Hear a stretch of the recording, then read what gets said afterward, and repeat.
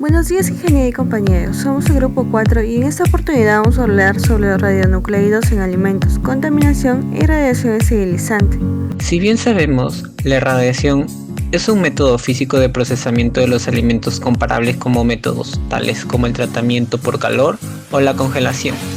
Pero también sabemos que la radiación es una técnica que permite conservar los alimentos en mejores condiciones por más tiempo al eliminar microorganismos que podrían ser nocivos para el ser humano.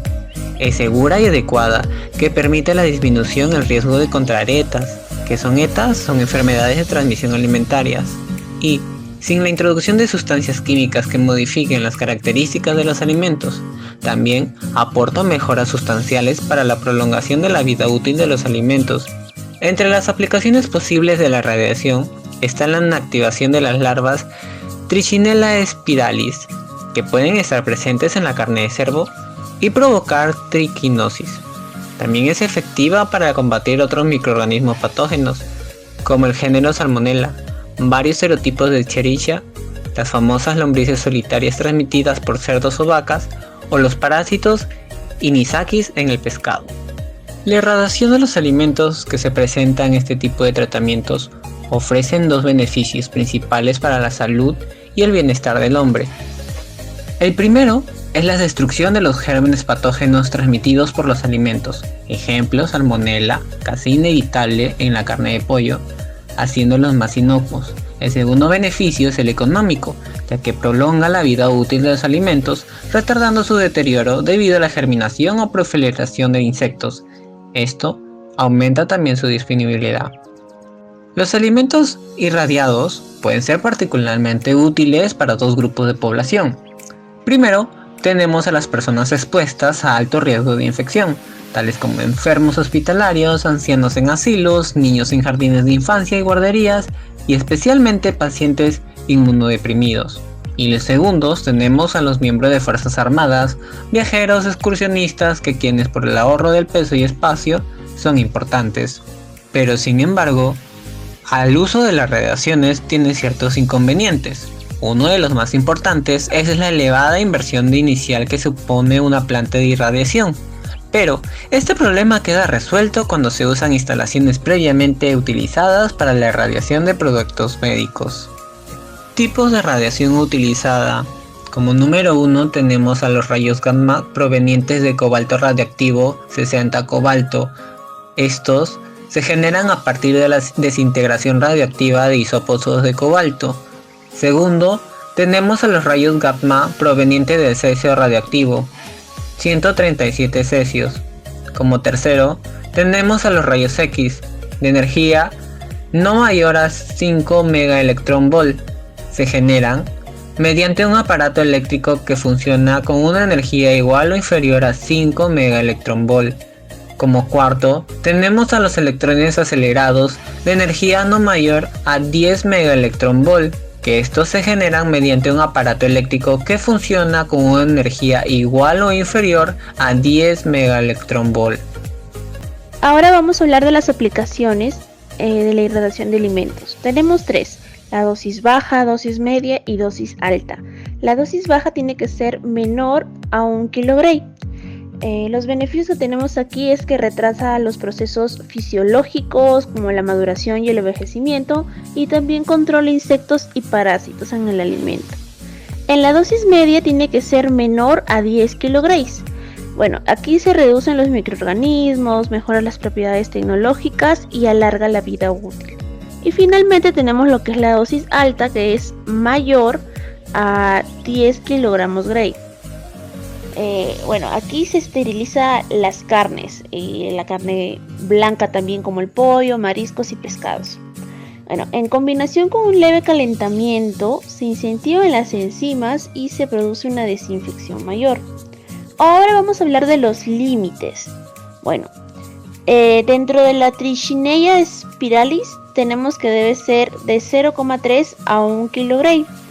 Para la inhibición del crecimiento es menor a 1 kg, igual en la desinfección de los artrópodos, y para la preparación de deshidratados debe ser menor a 10 kg.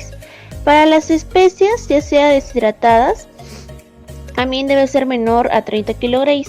Para las aves de corral debe ser menor a 3 kg y finalmente a las semillas debe ser menor a 8 kg. Ahora vamos a hablar de los efectos en las características organolépticas. Bueno, estas propiedades mayormente no varían utilizando las dosis adecuadas de radiación, pero cuando se usa dosis elevadas, el alimento puede modificar su sabor, color y textura. ¿Qué pasa con el aroma? Bueno, el aroma es más pronunciado justo después del procesamiento y al pasar las horas ya se hace casi imperceptible el olor. El color, bueno, en las carnes se vuelven más oscuras después de horas del procedimiento, o sea, no es inmediato. Bueno, como ejemplo tenemos la pechuga de pollo y en las frutas. En la pechuga de pollo se produce una pequeña efecto de aceptabilidad de parte de los consumidores en la apariencia, color, textura y en el gusto. Y en las frutas pasa algo contrario, ¿no? Las hortalizas y las frutas se producen ablandamiento en ellas.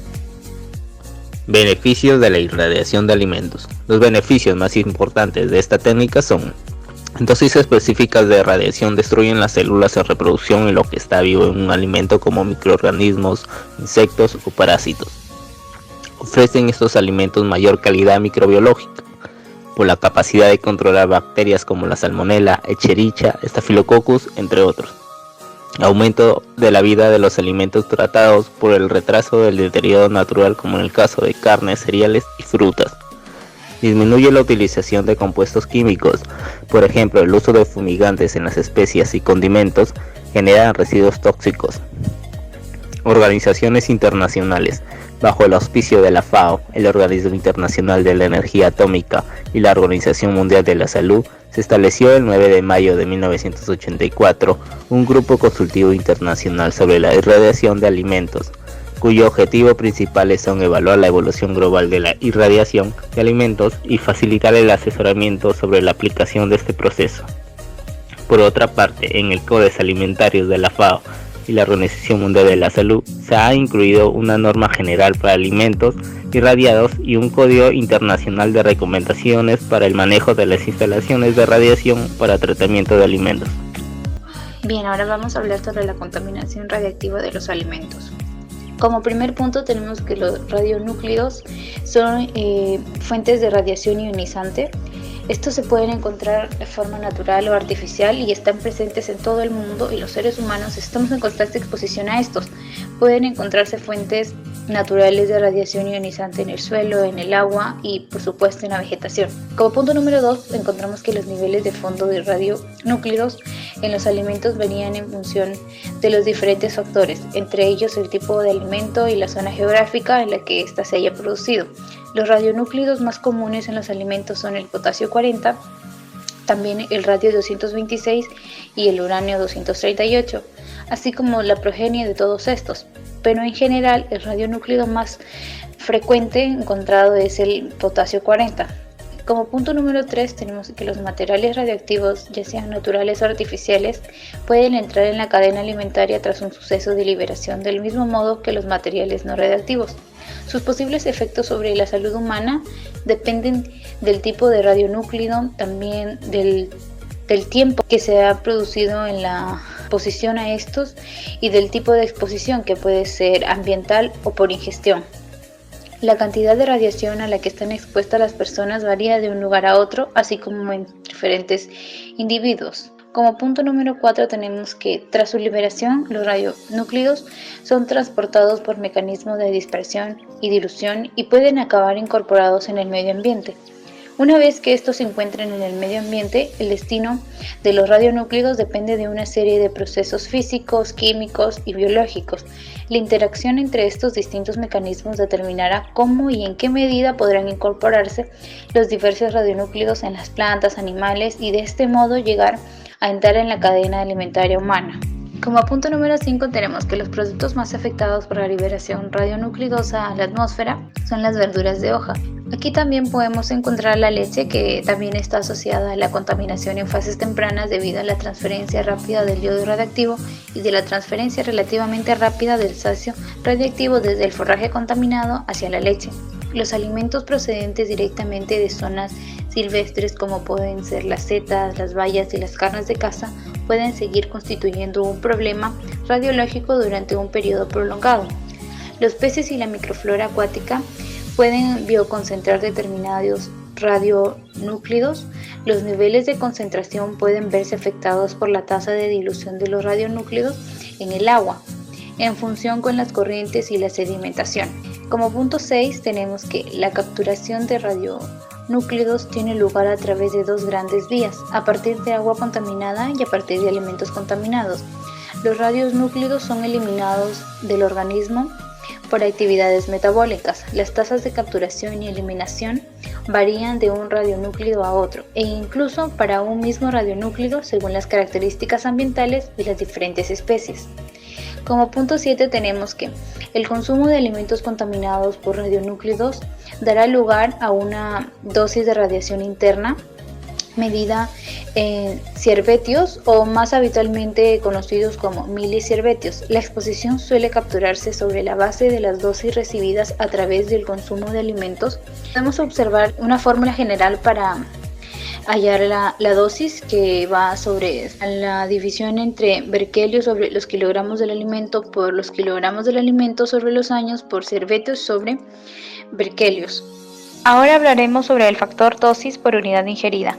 Bueno, en el siguiente cuadro se muestran las dosis equivalentes efectivas o por órgano por unidad ingerida, recomendadas para tres grupos de edad: niños de 1 año, niños de 10 años y adultos. El nivel de exposición correspondiente a un grupo concreto se calcula a partir de factores de exposición propios del grupo y de los datos referentes al consumo de alimentos por parte del mismo. Como primer radionucleido encontramos el estroncio 90. Para niños de 1 año es de 1,1 por 10 a la menos 7, para niños de 10 años es de 4,0 por 10 a la menos 6 y en adultos de 3,6 por 10 a la menos 8. El yodo 131 para niños de 1 año es de 1,2 por 10 a la menos 6, en niños de 10 años igualmente de 1,2 por 10 a la menos 6 y en adultos de 2,0 por 10 a la menos 8. Ahora encontramos el cesio 134. Para niños de 1 año es de 1,0 por 10 a la menos 8. Para niños de 10 años, al igual, de 1,0 por 10 a la menos 8 y en adultos de 1,3 por 10 a la menos 8. Finalmente encontramos al plutonio 239.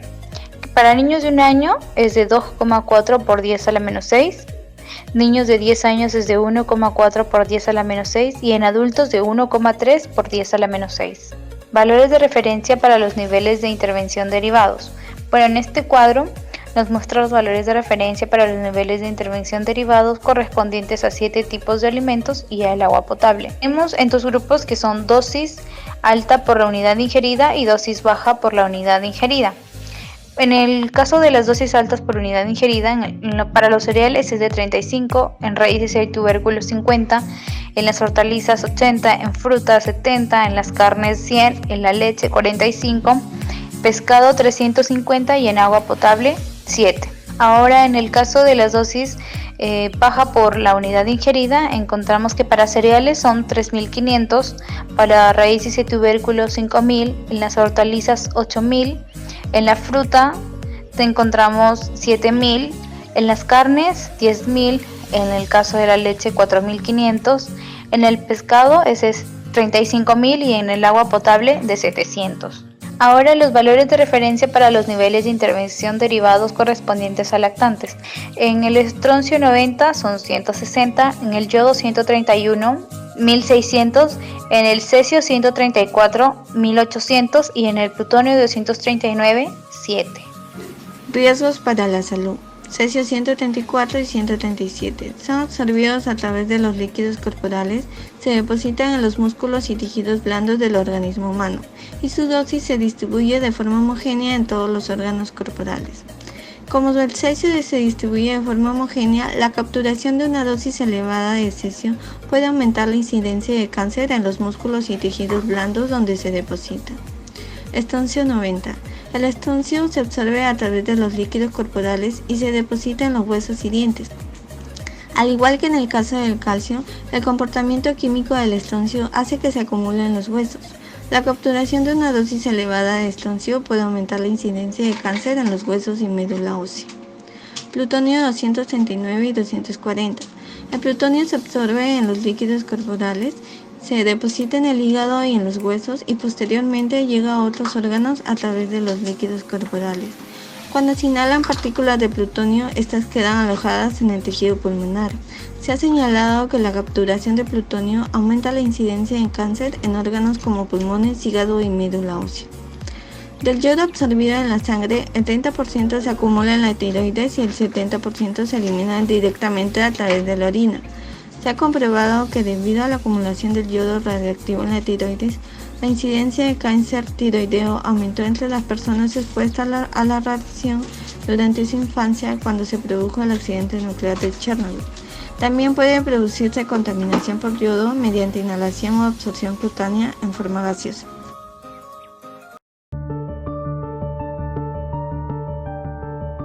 Según datos internacionales, unas 420.000 personas mueren anualmente a causa de enfermedades de transmisión alimentaria y un tercio de esos casos son niños menores de 5 años porque son un grupo muy vulnerable. Estamos en el Laboratorio de Irradiación de Alimentos del Centro Atómico Ezeiza de la Comisión Nacional de Energía Atómica y en este laboratorio analizamos alimentos irradiados, los irradiamos para lograr distintos objetivos y después evaluamos cómo ese alimento se comporta. Digamos, la idea es que mantenga su calidad tanto nutricional como organoléptica. Cuando se acerca un cliente, un productor de alimentos que interesado en aplicar la tecnología en su producto, nosotros le brindamos asesoramiento acerca de cuál es el rango de dosis adecuado para lograr el objetivo deseado y mantener la calidad de su alimento. Con dosis bajas se logra la inhibición de la brotación en bulbos, tubérculos y raíces y la eliminación de plagas presentes en frutas.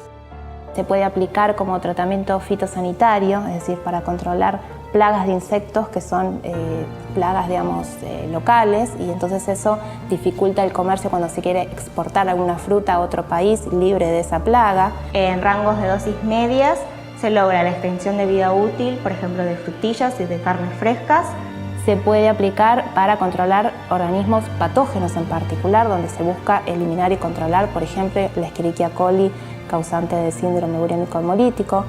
Se puede aplicar inclusive a dosis mayores, combinando con otros tratamientos de preservación para directamente esterilizar el alimento. Hoy en día los proyectos están más destinados a mejorar la calidad de vida de las personas, de ciertos grupos, sobre todo vulnerables, como pueden ser pacientes inmunocomprometidos. Estos tipos de pacientes pueden incorporar alimentos que hoy les son prohibidos, por ejemplo, las frutas y los vegetales crudos, que mejoran nutricionalmente la dieta y además tienen un valor emocional muy fuerte. Se puede lograr alimentos que son autoestables a temperatura ambiente. Esto quiere decir que como son, digamos, tienen una esterilidad comercial, tienen ausencia de bacterias, pueden permanecer así, digamos, manteniendo su calidad durante meses y hasta años sin necesidad de refrigeración. Son óptimos para usarlos en condiciones de catástrofes naturales o cuando una población está aislada por determinado tiempo. También está dirigido a niños que asisten a comedores escolares con el objetivo de darle los nutrientes necesarios para su estadía de vida. Las radiaciones ionizantes tienen un importante potencial en la aplicación como tratamiento fitosanitario para productos frutícolas. Con esto se evitaría el uso de plaguicidas que son nocivos para el medio ambiente y para la salud, y además permitiría alcanzar nuevos mercados cada vez más exigentes. Aproximadamente un tercio de los alimentos que se producen se pierden o desperdician en algún punto de la cadena agroalimentaria. Esta tecnología permite reducir y evitar el desperdicio de alimentos. Investigamos en la aplicación de la radiación ionizante para prevenir las enfermedades de transmisión alimentaria. Lo que queremos lograr es ampliar el espectro de productos que pueden ser irradiados con el objetivo fitosanitario. Mejorar la calidad de vida, que tengan un impacto social, digamos, que puedan de alguna manera beneficiar sobre todo a grupos vulnerables. Trabajar en proyectos sociales que tienen un impacto muy positivo.